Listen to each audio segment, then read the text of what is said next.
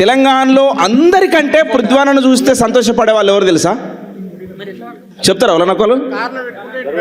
కాదు కాదు, అమరవీరుల తల్లులు.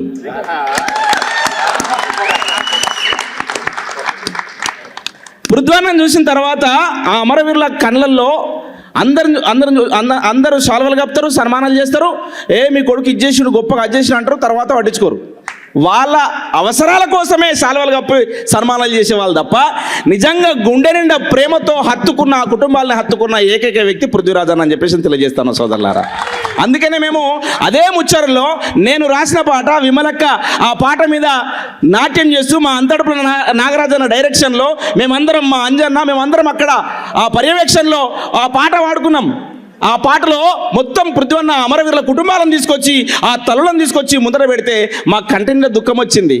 దండాలు దండాలు రో వీరులార పోరాట దండాలు రో, దండాలు దండాలు రో వీరులార, ప్రత్యేక రాష్ట్రానికై ప్రాణాలు బలిదానమిచ్చినరో, ప్రత్యేక రాష్ట్రానికై అయ్యో దండాలు దండాలు రో వీరులార పోరాట దండాలు రో, దండాలు దండాలు రో వీరులార పోరాట దండాలు రో, అయ్యో ప్రత్యేక రాష్ట్రానికై ప్రాణాలు బలిదానమిచ్చినరో, ప్రత్యేక రాష్ట్రానికై ఈ ప్రత్యేక తెలంగాణ కోసం బలిదానం ఇచ్చిన అమరవీరుల కుటుంబాల సాక్షిగా వాళ్ళు కోరుకుంటున్నారు. అన్న ఎక్కువ వస్తుంది. ఆ కుటుంబాలు కోరుకున్నటువంటి తెలంగాణ కోసము అన్న పరితపిస్తా ఉన్నాడు.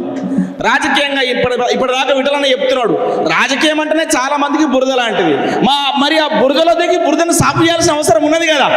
రాజకీయంగానే నూతన రాజకీయం వస్తేనే ఆ పాత తరం రాజకీయాలు, ఆ పాత సాంప్రదాయ పద్ధతులు, ఆ అణచివేత, ఈ కుల వివక్ష, ఈ దోపిడీ ఇవన్నీ పోతాయి. కాబట్టి యువతరం రాజకీయాలకు రావాలనుకున్నాడు ముచ్చర్ల సత్తన్న.